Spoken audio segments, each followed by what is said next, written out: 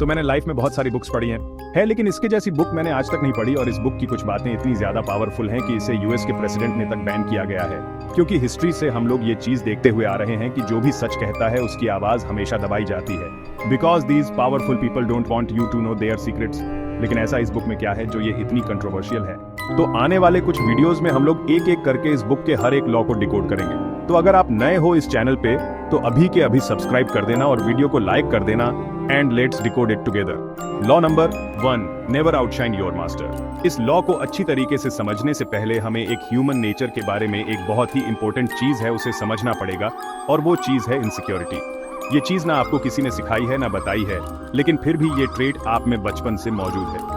तो आपने ये चीज 110 पर नोटिस की रहेगी कि बचपन में जब भी हमारी माँ किसी और को अपने गोद में उठा लेती थी तो हम लोग रोने लग जाते थे, और तभी से एक्टिवेट हो चुकी थी ये trait which is known as insecurity. अब इनसिक्योरिटी देखा जाए तो दुनिया में 98% लोगों में ऑलरेडी मौजूद है और बस 2% लोग जानते हैं उससे डील कैसे करना है, और बहुत ही रेयर चांसेस हैं कि आपकी उन 2% लोगों से कभी मुलाकात होगी। Most of the time in your life आपको इन 98% लोगों से ही डील करना पड़ेगा, और इनसिक्योरिटी हमारे लाइफ के हर एक एस्पेक्ट में मौजूद है। हर एक जगह पे आपको इनसिक्योरिटी के कई सारे एग्जाम्पल दिख जाएंगे, एंड जैसे कि मैंने आपको पहले ही कहा था ये बुक बहुत ज्यादा कंट्रोवर्शियल है और इसमें ऐसी कई सारी चीजें बताई गई हैं जो एक इंसान को मैनिपुलेट कर सकती है। तो इसका पहला लॉ उसी का फायदा उठाता है, किसी और इंसान की इनसिक्योरिटी को अपनी पावर बना लो।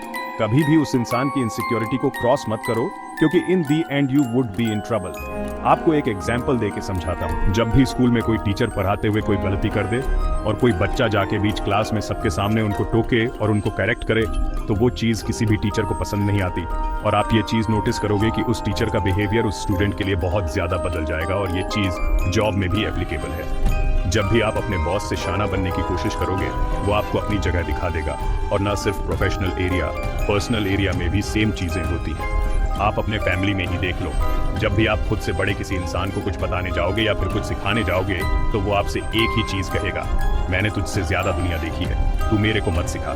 यहाँ तक कि आपका अगर पॉइंट भी करेक्ट रहेगा तो भी आपको ही नीचा दिखाया जाएगा। इसी वजह से ये तो आज के इस प्रोफेशनल वर्किंग एनवायरनमेंट हैं जो चाटना जानते हैं, और मैं ये नहीं कह रहा हूँ कि आपको जाके सबका चाटना है, बट आपको वो चीज कॉन्शियसली खुद के बेनिफिट के लिए यूज करनी है, बिकॉज आपको अगर इस कंक्रीट वर्ल्ड में जिंदा रहना है तो कुछ अनस्पोकन रूल्स हैं, उसको आपको फॉलो करना ही पड़ेगा। तो नेवर आउटशाइन योर मास्टर का मतलब क्या है? अब मास्टर आपका बॉस हो सकता है, आपका टीचर हो सकता है, या फिर आपका बड़ा भाई हो सकता है। जो भी इंसान एक स्पेसिफिक कैटेगरी में आपसे थोड़ा सा ऊपर है या फिर आपसे थोड़ा सा ज्यादा जानता है, उस एग्जाम्पल के लिए अपना मास्टर समझ लो।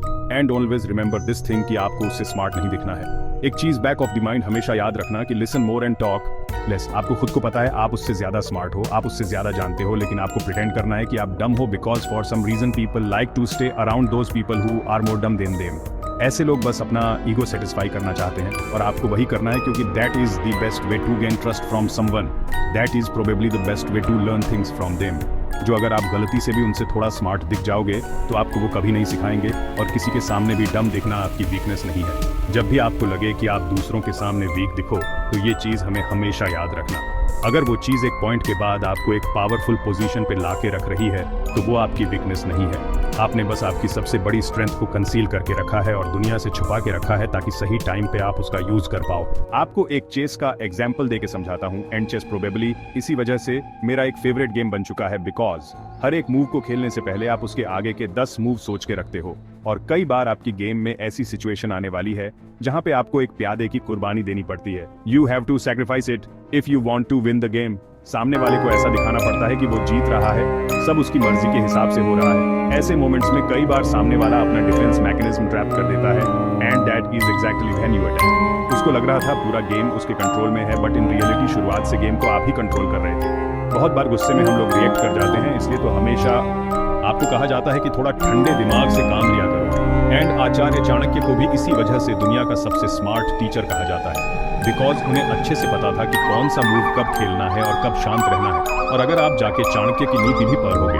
तो आपको लगेगा कि ये बुक बहुत ही ज्यादा मैनिपुलेटिव है, बट जितनी भी सारी बुक ब्लंट है और सच कह रही है, इस दुनिया को मैनिपुलेटिव लगती है, बट इन दी एंड सब कुछ पढ़ने वाले पर डिपेंड करता है क्या वह ये सारी टेक्निक्स जो मेंशन की गई हैं वह अटैक करने के लिए यूज करेगा या फिर खुद को डिफेंड करने के लिए। तो आज का लॉ यही था कि never outshine your master. I hope आपको ये समझ में आ गया रहेगा और आप इसे अच्छे के लिए यूज करोगे। लेट मी नो आपको ये वीडियो कैसी लगी और आपको अगले वीडियोस में कौन सी टॉपिक्स चाहिए, and I will see you in the next video. तब तक के लिए कीप